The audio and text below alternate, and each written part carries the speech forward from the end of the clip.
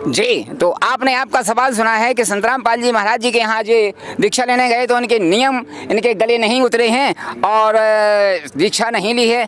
आप बताएं क्या है इस बारे में आपका ख्याल? जी भगत जी, ये हमारे गुरुजी सोडा न्यास की भक्ति देते हैं। आप पहली बार सुन रहे होगे ये नाम के सोडा न्यास क्या होता है। ये सोडा न्यास ये होता है कि शरीर में कमलों की भक्ति होती है। जो भगत सोडा न्यास की भक्ति करता है वो अपने शरीर में कमलों में देवताओं को जागृत करता है। जी, कौन कराता है? हमारे संत रामपाल जी महाराज जी हमारे को जो नाम देते हैं प्रथम मंत्र में, वो 5 मंत्र कमलों के हैं। तो 7 मंत्रों का जाप दिया जाता है हमारे को, वो सोडा न्यास कहलाता है। महाभारत में एक प्रकरण आता है कि जो सोडा न्यास की भक्ति करता है वो किसी को प्रणाम नहीं कर सकता, अगर गुरु के अलावा किसी को प्रणाम नहीं कर सकता। उदाहरण के तौर पे आया है एक प्रकरण है कि युधिष्ठिर ने सोडा न्यास कर रखी थी एक समय के लिए, तो राजा प्रणाम नहीं कर सकता, इसलिए दुर्योधन भीम से युद्ध करना चाह रहा था। तो युधिष्ठिर राजा की लड़ाई होती है, तो कृष्ण भगवान ने बोला कि आज का राजा भीम रहेगा, भीमसेन हमारा राजा है। तो युधिष्ठिर ने बोला कि ऐसा करो, दुर्योधन ने बोला कि युधिष्ठिर को प्रणाम करवाओ भीमसेन से, जब हम मानेंगे भाई हम युद्ध करेंगे। क्योंकि जो आदमी प्रणाम कर लेता है तो उसको क्या है कि उसका अहित हो जाता है। सोडा न्यास की कभी आप गूगल पे सर्च करके देखना है सोडा न्यास क्या होता है। सोडा न्यास में ये होता है कि अपने शरीर में कमलों को जगाया जाता है। मतलब हाँ। मालिक के अधीन हो गए, उनकी शिक्षा ले ली, तो फिर कहीं दूसरी देवी देवताओं की पूजा नहीं कर सकते हैं, उनके अधीन रह गए। और ये नाम याद रखना, सोडा न्यास, गूगल पे आप सर्च करके देखो ये सोडा न्यास। जी, अब आपने देखा, आपने ये देखा है कि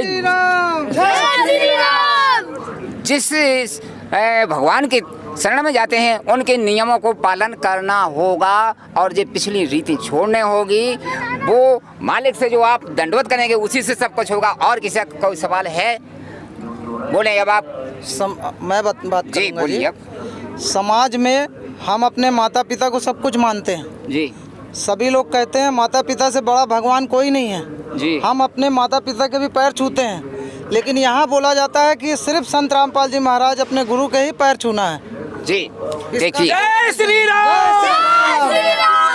कौन देंगे सवाल का जवाब? जी स्वागत है। देखिए सर, इन्होंने कहा है कि संत रामपाल जी महाराज जी कहते हैं केवल गुरु के अलावा किसी के पैर नहीं छूना है। तो संत रामपाल जी महाराज जी ने अपने शास्त्रों से बताया है, हमारे शास्त्रों में ये बात प्रमाणित है। देखिए हमारा संविधान होता है, यहाँ पर हम जैसे रह रहे हैं तो यहाँ का हमारा संविधान जो शासकीय संविधान है हम उसमें रहेंगे। शासकीय संविधान में तो हम उसका अगर उल्लंघन करेंगे तो हम अपराधी होंगे। इसी प्रकार आध्यात्मिक में भी हम यदि संविधान का उल्लंघन करते हैं तो हम अपराधी होंगे। तो संत रामपाल जी महाराज जी ने बताया हमारा संविधान हमारे सदग्रंथ हैं, हम सदग्रंथों के विरोध जाएंगे तो हम अपराधी होंगे। इसलिए हमारे सदग्रंथों में मना किया है, हमारे गुरुजी ने मना नहीं किया है। आपने देखा हो रामायण में लिखा है, प्रात काल उठकर रघुनाथा, मात पिता गुरु नामे माथा, केवल नमन किया गया है, कहीं अपने जैसे पांव छूने के लिए नहीं किया गया है। आप देख सकते हैं किसी भी सीरियल में आप जाकर देखिए, रामचंद्र जी ने कहीं अपने पिताजी के हाथ डर के पांव छुए? आप जाकर किसी भी उसमें देखिए, कृष्ण लीला में जाके देखिए, कहीं भी देखिए, महाभारत में जाके देखिए, अपन जैसे पांव नहीं छुए। उन्होंने भी प्रणाम किया है, उन्होंने कहा गुरुदेव प्रणाम, माताजी प्रणाम। हम यहाँ पर हम भी कहते हैं गुरुदेव सत साहेब, माताजी सत साहेब, पिताजी सत साहेब। जब सर झुक जाता है फिर कुछ नहीं बचता है। तो हम सबको नमन करते हैं, हम आदर सत्कार करते हैं। हमारे गुरुजी ने देखिए, मात पिता मिल जावेंगे 184 माए, और सतगुरु सेवा बंदगी फिर मिलन की ना है। मात पिता तो हर 84 लाख योनियों में मिलेंगी, लेकिन सतगुरु की सेवा और बंदगी नहीं मिलेगी। हमें अपना मोक्ष कराना है। देखिए मोक्ष के लिए हमें भक्ति करना है, ना कि हमें केवल लोक दिखावा के लिए नहीं करना है। तो हम लोक दिखावा नहीं करेंगे, हम अपने कल्याण के लिए सत भक्ति करेंगे जो संत रामपाल जी महाराज जी दे रहे हैं। इसलिए हम किसी के ना तो पांव छुएंगे ना छुआएंगे। और एक और संत रामपाल जी महाराज जी ने बताया है आध्यात्मिक में कि एक दूसरे के पांव छूने से पाप पुण्य का आवागमन होता है। हमारे पास हम सतभक्ति करेंगे, हमारे पास पुण्य अर्जित हो जाएंगे। हम किसी के पैर छू लेंगे तो हमारे पुण्य चले जाएंगे। जब हमारे पुण्य चले जाएंगे तो हम खाली हो जाएंगे, तो हम ना किसी के पैर छुएंगे ना किसी को छुआएंगे, तो हमारे पुण्य हमारे पास रहेंगे, उसके पाप उसके पास रहेंगे। इसलिए संत रामपाल जी महाराज जी कहते हैं जो मर्यादा बना के रखनी होगी, क्योंकि कोई भी खिलाड़ी यदि खेल खेलता है तो उसकी जो मर्यादाएं होती हैं वो रखना पड़ती हैं। इसी प्रकार हमारा भी यहाँ से छूटने का खेल है, जो जन्म मरण का चक्कर चल रहा है, यहाँ से निकलने का खेल है, तो हमें मर्यादा रखनी होगी। जी आप ही के पास हैं सतगुरु सत्य कबीर। आपका उत्तर ये है, और आप कह रहे थे कि माता पिता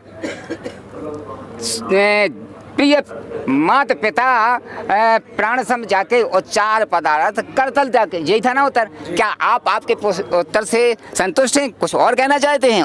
आपका है कि मर्यादा में रह के भक्ति करिए और यहाँ से मोक्ष होगा। जी सर, ठीक है, आप कुछ कहना चाहते हैं? जी आइए सर। आप ये बात बताओ, आज ये संत रामपाल जी महाराज आज ये सब अपनी विधि शास्त्र सुन बता रहे हैं जी। आज से पहले भी ये शास्त्र प्रमाण है जी। तो और भी सरग्रंथ हैं, और उनने क्यों नहीं बताया जी। कि इसमें ये लिखा हुआ है जो आज संत रामपाल जी महाराज बहुत बता अच्छी रहे बात हैं। और उसके बाद भी आज कह रहे हैं कि ये शास्त्र कुल साधना है जी। तो इतने ये सब जितने थे जो आगे ज्ञान देने वाले थे, उनने क्यों नहीं बताया कि ये शास्त्र कुल है कि नहीं है? इसका जवाब हमको बताओ। जी कितना अच्छा क्वेश्चन है। शास्त्र पहले से था, ज्ञान पहले से था, ऋषि मुनि मनीषी मनीषी पहले से थे, वो ज्ञान कहाँ छुपा था? आज श्री राम। आज संत रामपाल जी कहाँ से वो खड़े आए और बोलने लगे कि ज्ञान कैसा होना चाहिए? कोई जवाब दे सकते हैं? देखिए सर, जो इन्होंने कहा है कि अभी तक जो धर्मगुरु थे वो भी साथ पढ़ते आए और शास्त्र पहले से थे, लेकिन उनको पता क्यों नहीं था? देखिए, हर कोई सदग्रंथों को नहीं समझ सकता है। सदग्रंथों के लिए बताया है कि गुरु बिन वेद पढ़ें जो प्राणी, समझे न सार रहें अज्ञानी। बिना गुरु के चाहे वेद पढ़ते रहें चाहे पुराण पढ़ते रहें, उनका ज्ञान नहीं समझ सकते हैं। और सदगुरु जब आएगा, वो सदगुरु ही, वो तत्वदर्शी संत होगा, वही अपने शास्त्रों का सही सही ज्ञान देगा, तात्पर्य जानने वाला, जिसे कहा है गीता अध्याय 4 के 34 में कि हे अर्जुन, उस तत्वदर्शी संत की शरण में जा जिसकी कृपा से सनातन धर्म और शाश्वत धाम को प्राप्त होगा।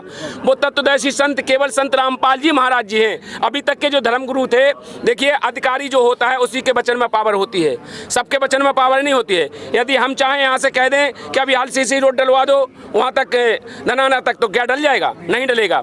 लेकिन प्रधानमंत्री अगर इस बात को कह देगा इन्हीं वचनों को कि अभी हाल यहाँ से रोड की तैयारी करो, धनाना तक सीसी रोड डलवा दो, तो कल से ही काम चालू हो जाएगा, क्योंकि उसके वचन में पावर है। इसी प्रकार जो तत्वदर्शी संत होता है उसके वचन में पावर होती है, वही सभी सत्ग्रंथों को समझ सकता है, कोई नहीं समझ सकता है। इसलिए जितने भी धर्मगुरु थे, इनने उस ना तो वेदों को समझा, ना पुराणों को, ना गीता को, ना भागवत को, किसी को नहीं समझा है इनने। सुना है आपने साथियों? गुरु बिन वेद पढ़े जो प्राणी और समझे न सार रहे अज्ञानी। आपका जवाब यहाँ मिल गया। अब इस तरह से शब्द स्वरूपी उतरे और सतगुरु सत्य कबीर आपने बताया है कि वो आज संत रामपाल महाराज जी गीता के अनुसार तत्वदर्शी संत है, वो वही उन पुराणों का अर्थ सही बता रहे हैं। अब बताइए, आप संतुष्टि है या नहीं, या और कुछ कहना है? मैं सर ये कहना चाहता जी हूँ, बोलें। आज आप कहते हो कि हमारे संत रामपाल जी महाराज सच्चा ज्ञान दे रहे हैं, जी ठीक है, और सच्चा ज्ञान देने वाले को तो जेल के हवाले तो करना ही नहीं चाहिए, बहुत अच्छी बात है। ठीक है। हाँ। अब जब सच्चा ज्ञान दिया जा रहा है तो, और शास्त्र प्रमाण है, ठीक है, और पहले भी था, तो जज संत रामपाल जी महाराज सामने क्लियर कर रहे हैं कि यहाँ पर जी ये लिखा हुआ है जी। तो जो पिछले वाले थे वो भी तो क्लियर कर सकते थे इस बात को। कर सकते थे। और आज से हमारी पिछली पीढ़ी है, सब आन उपासना कर रही है, और आन उपासना करने के बाद आज अगर संत रामपाल जी महाराज पूरी क्लियर करके दिखा दे कि यहाँ पर ये सच्चाई है, लेकिन वो मानने के लिए तैयार रहेगी पिछली पीढ़ी? इस बात का क्वेश्चन चाहिए। जी, आपका मतलब है कि पहले से ज्ञान था, समझाते चले आ रहे थे, वही जंग जम गई दिमाग पर, या यूँ कहें कि युगों युगों से हमारे पुरखा और हम मानते आ रहे हैं। अब बताओ उसको कैसे छोड़ दें? यही है ना, उसको कैसे छोड़ दें? यही बात है। आप कैसे माने कि ये सत्य ज्ञान है? देखिए, हमारे जो पूर्वजन थे, जो पुरखा थे, वो पढ़े लिखे नहीं थे। आज से 100 साल पहले चले जाओ तो कोई पढ़ा लिखा नहीं होता था, केवल ब्राह्मण वर्ग पढ़ता था और वो जो बता देता था उसी को सब कोई मानता था, उनने जो कह दिया वही क्लियर होता था।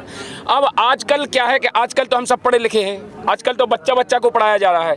एक गरीब से गरीब इंसान हो वो अपने बच्चों को पढ़ाई करवा रहा है, पढ़ाता है। क्यों पढ़वाता है? क्या सब पढ़ के नौकरी करते हैं? क्या हर इंसान की नौकरी लग जाती है? क्या नहीं लगती है। लेकिन पढ़ाई लिखाई इस समय संत रामपाल जी महाराज जी ने बताया केवल हमको इसलिए बनाया गया, होशियार बनाया गया कि हम अपने सदग्रंथों को पढ़ करके और देख सके कि हमारे सदग्रंथों में लिखा क्या है, हमें अब तक गुमराह क्यों किया जा रहा था।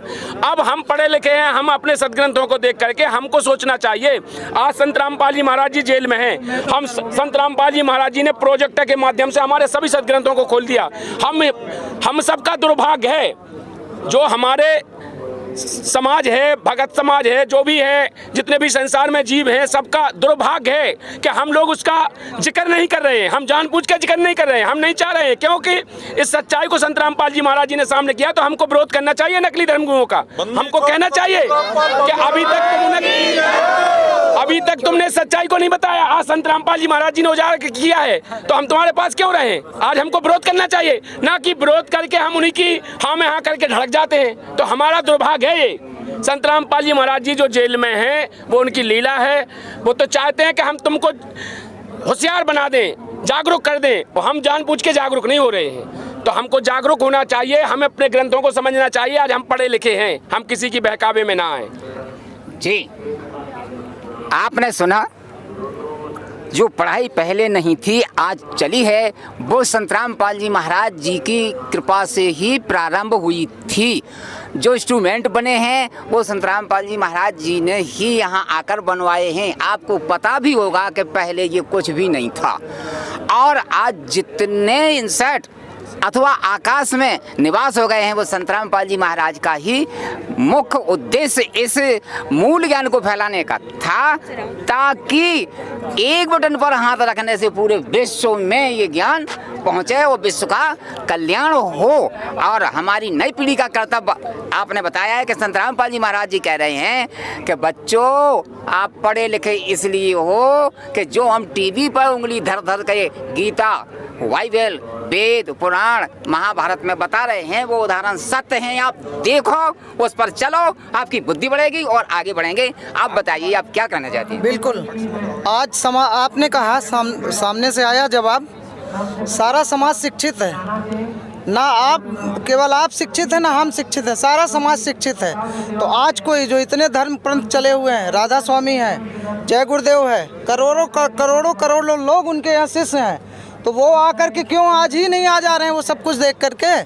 और प्लस और मेरी पूरी बात सुन लीजिए, और समाज में शिक्षा की बात अगर कर रहे हैं आप, तो शिक्षा में धर्म ग्रंथों की भी हो रही है। हमारे यहाँ जो शास्त्रों को बनारस में, काशी में, इलाहाबाद में शास्त्रों को अच्छी तरह से गूढ़ अध्ययन किया जा रहा, एक से एक धर्मचारी हैं। तो ये बात मेरी बताइए आप कि ऐसा क्यों है कि संत रामपाल जी महाराज का ज्ञान ही सही है?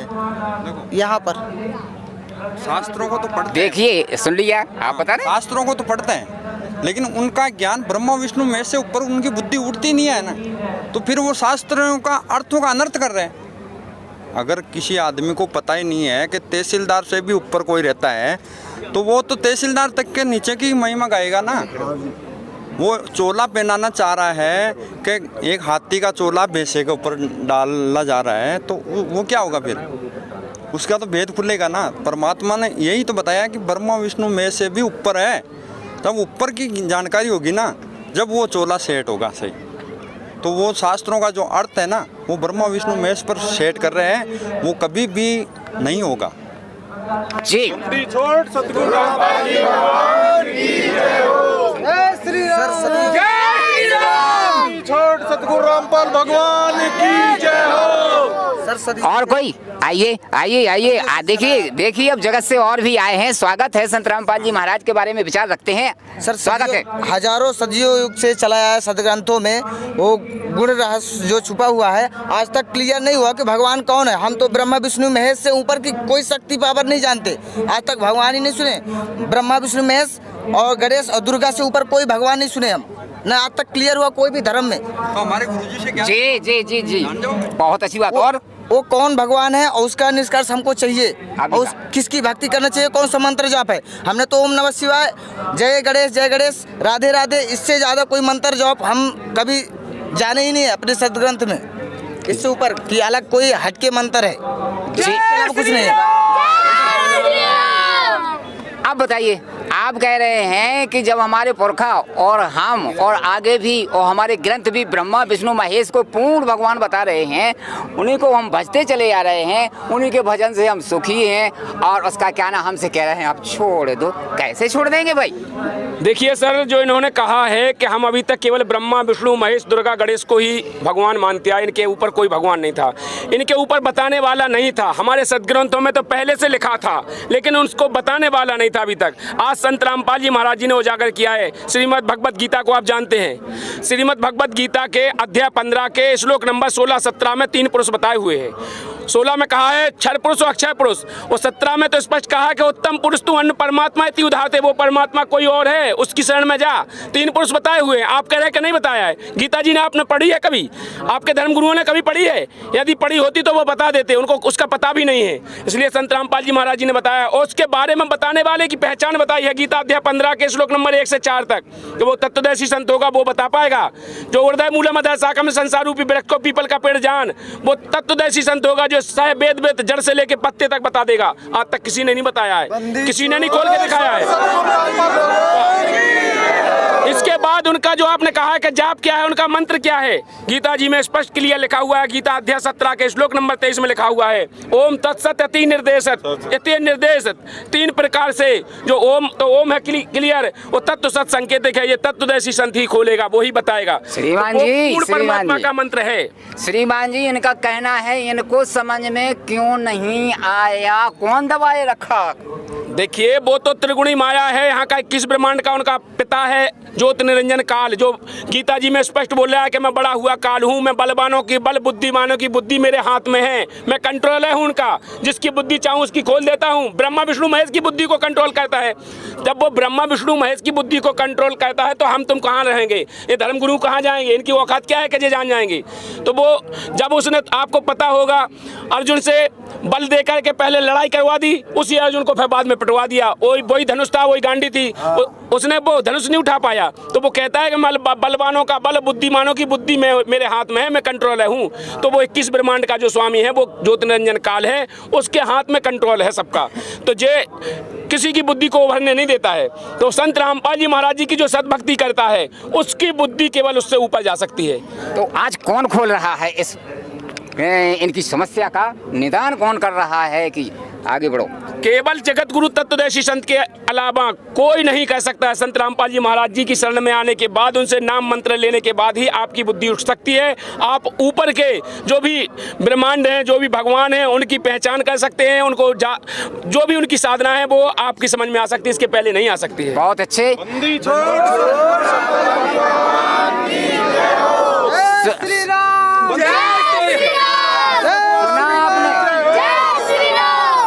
आपने सुना, आपने बहुत अच्छा उत्तर दिया हो या ना दिया हो, लेकिन मानस में कहा गया है कि बोले बिहस महेश तब ज्ञानी मूढ़ न कोई, ये आपने बताई है।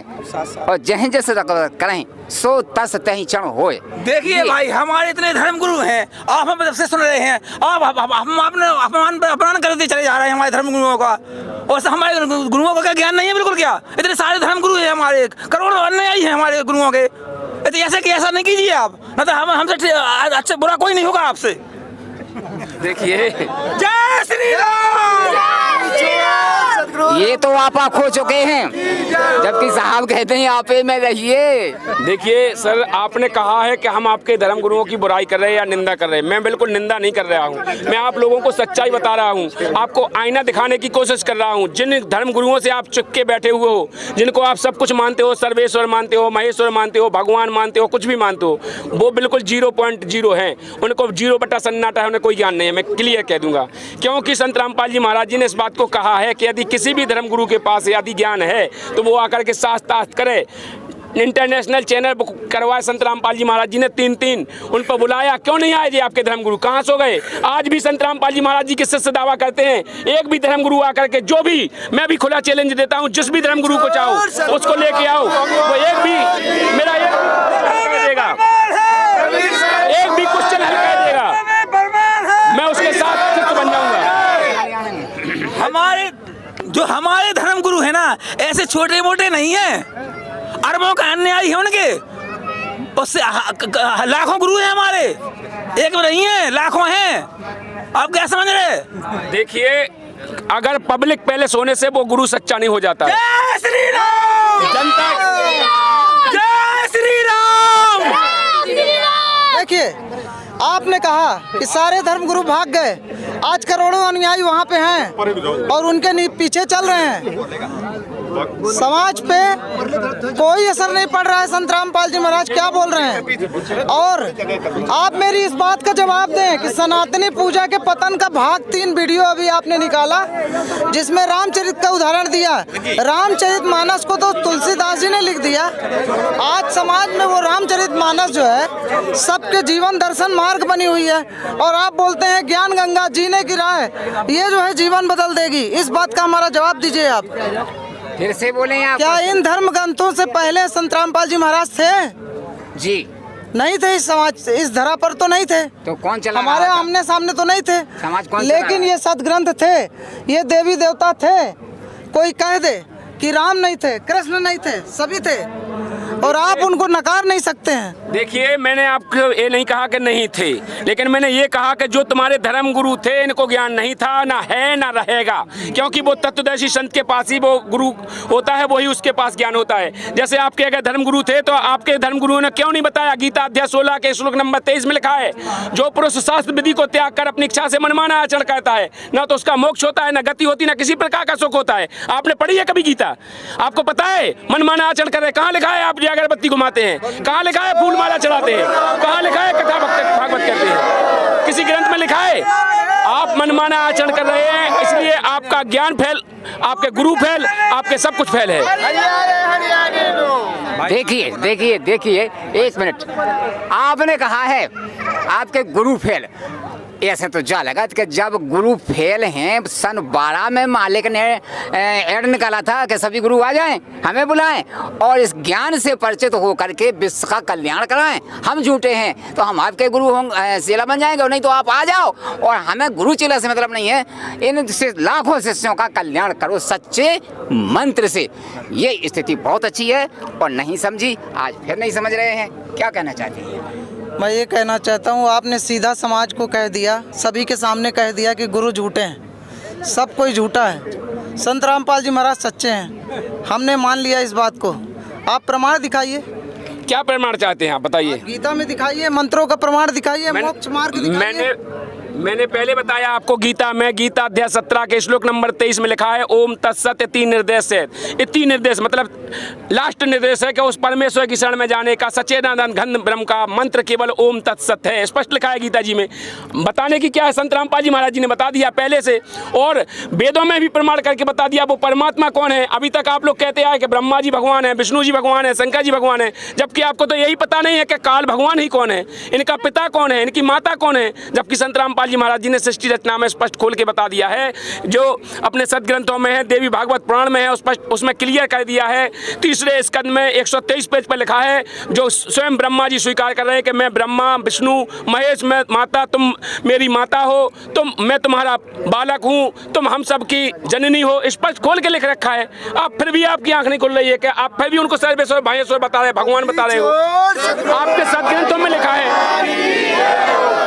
यहाँ एक भय पैदा हो रहा है कि लंगड़े लूले लोभी, लंगड़े लूभे लाखों गुरु हैं, और उनकी जब पोल खुलेगी तो ये करोड़ों शिष्य जब जान जाएंगे कि हमारे गुरु झूठे हैं, हमें झूठा फंसाया रखा, फिर गुरु की हालतें क्या होंगी? इन गुरु झूठन की हालत क्या होगी? शिष्य ही सुधार देंगे उनको। आगे क्वेश्चन बोलें। राधा स्वामी पंथ के गुरु हैं, वो कभी नहीं बोलते संत रामपाल जी महाराज ने ऐसा कहा। जय गुरुदेव जी के जो गुरु हैं वो कभी नहीं बोलते संत रामपाल जी महाराज ने ऐसा कहा। वो कबीर साहब को अपना सदगुरु मानते हैं और कबीर साहब को यहाँ भी माना जाता है सब कुछ। तो मेरा प्रश्न ये है कि आपने डायरेक्ट एक तो बोल दिया कि गुरु झूठे हैं, बेईमान है, जो भी आपकी तरफ से यही बोला गया है और मैं ये भी समझ रहा हूँ कि आप क्या कहना चाह रहे हैं, लेकिन आप इस प्रश्न का जवाब दीजिए कि आज तक उनने संत रामपाल जी महाराज के ऊपर टिप्पणी उंगली क्यों नहीं उठाई। देखिए, उनका कहना है, साफ कहना है उन लोगों का कि उनकी तो रोजी रोटी चल रही, उनकी तो दुकान चल रही। कोई अपनी दुकान बंद करना चाहेगा? जिनके यहाँ पर करोड़ों अन्यायी हैं, वो करोड़ों रुपया उनको दान कर रहे हैं, सब कुछ कर रहे हैं, वो उनके रुपया पे ऐश कर रहे हैं, वो चाहेंगे हम अपनी दुकानदारी बंद करें? भाई साहब, वो कबीर की बात कर रहे हैं ना। कबीर तो देखो सब कहेंगे। गुरुजी ने कहा था कि द्वादश पंथ काल फरमाना, भूले जीव न जाए ठिकाना। और जो जितने 12 पंथ चलेंगे और अनेकन पंथ चलाऊं, यह विद जीवों को भरमाऊं। अनेक पंथ चलेंगे, कबीर का नाम लेंगे, लेकिन वो मंत्र कबीर साहब के नहीं देंगे, वो अपने मनमुखी मंत्र देंगे। इस पर अपने देखिए कबीर सागर में लिखा है, संत रामपाल जी महाराज जी ने उजागर किया है, स्पष्ट लिखा हुआ है कि धर्मदास तो लाख दोहाई, मूल ज्ञान कितों बाहर न जाही। मूल ज्ञान जो बाहर पढ़ी, बिचली पीढ़ी हंस न तरही। जब बीते 5505 हमरा बचन ये होगा साचा। चौथा युग जब कलयुग आई, तब हम अपना अंश पठाई। काल फंद छूटे न लोई, सकल सृष्टि परवाह न कोई। आज वो समय आया है, उस समय पहले 600 वर्ष पहले बोल दिया था कि जब 5500 जब कलयुग बीत जाए, महापुरुष फरमान तब जग तारण को आए।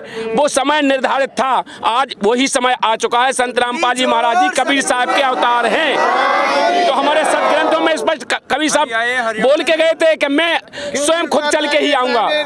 आज वो परमात्मा स्वयं धरती पे आए हुए हैं। तो इस तरह से आप तो बड़े दावे के साथ कह रहे हैं कि इस वक्त मोक्ष का समय आ चुका है और वो भूल जाएं पिछली रीतों को, मालिक की शरण में आए और मंत्र लें और मोक्ष कराएं।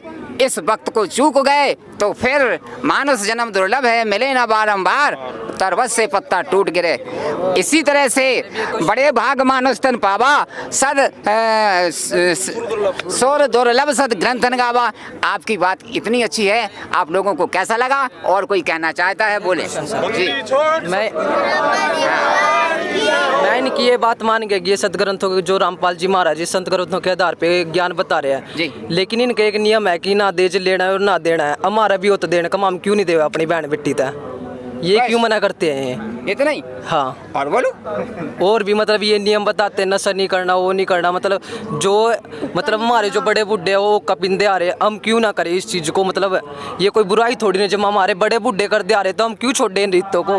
देख लिया साहब, देखिए ये बुराई इन्होंने कहा है कि सबसे पहले दहेज क्यों ना दें। मैं आपको बता दूं, दहेज लेना और देना दोनों कुरीति है। पहले तो संविधान के भी विरुद्ध है। संविधान में तो हम क्यों ना दें। देखिए, आपके संविधान में स्पष्ट बात को विरुद्ध किया गया है। आपके संविधान में एक कानून है कि दहेज कोई लेता है, कोई देता है तो उसके ऊपर कानूनी कार्रवाई होगी। पहले तो संविधान की। दूसरा बात रही आध्यात्मिक की, तो आध्यात्मिक संत रामपाल जी महाराज जी कहते हैं, एक लेवा एक देवा दूतम, कोई किसी का पिता ना पूतम, ऋण संबंध जुड़ा सब ठाटा, अंत समय फिर बारा बाटा। हमारा अगर हम दहेज लेते देते रहेंगे तो हमारा एक दूसरे के ऊपर कर्जा बना रहेगा। हम एक दूसरे का कर्जा उतारने के लिए आते रहेंगे तो हमारा कल्याण नहीं हो सकता है, मोक्ष नहीं हो सकता है। हम यहाँ पर कर्म बंधन में बंधे रहेंगे। तो हम कर्म बंधन से छूटने के लिए ना तो किसी का दहेज देंगे ना किसी का दहेज लेंगे। हम किसी के ऋणी नहीं बनेंगे ताकि हम यहाँ से मुक्ति करा के छूट सकें।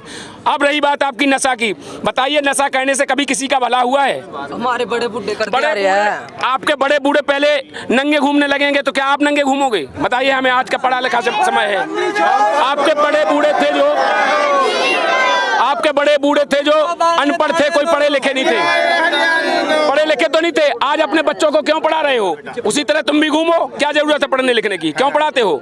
आपके बड़े बूढ़े ये कमीज पैंट कोट नहीं पहना करते थे, आज तुम क्यों पहनते हो? आपके बड़े बूढ़े कभी जन्मदिन मनाया करते थे, आज तुम क्यों मना रहे हो? कितनी परंपराएं तुमने बिगाड़ दी हैं। बड़े बूढ़ों का नाम लेते हो, परंपरा तुम बिगाड़ रहे हो। बताइए कौन सी ऐसी आपने सच्चाई की है जो बड़े बूढ़ों की आप मानते हैं? अरे किसी का बाप चाहता है कि मेरा बेटा नशेड़ी बने? चाहता है किसी का बाप? आप कह रहे हैं बड़े बूढ़े, आपके पिता चाहते हैं कि आप दारूखोर बन जाएं? आपके पिताजी चाहते हैं कि आप दारूखोर बन जाएं? किसी का बाप नहीं चाहता है कि मेरा बेटा कभी बिगड़ जाए, कोई दारूखोर बन जाए, नशाबाज बन जाए। हर इंसान चाहता है कि मेरा बेटा अच्छा नाम रोशन करे, अच्छा पढ़ा लिखे हो जाए, अच्छा होशियार हो जाए और ऐसा नाम रोशन करे ताकि दुनिया उसका नाम लेके बुलाए।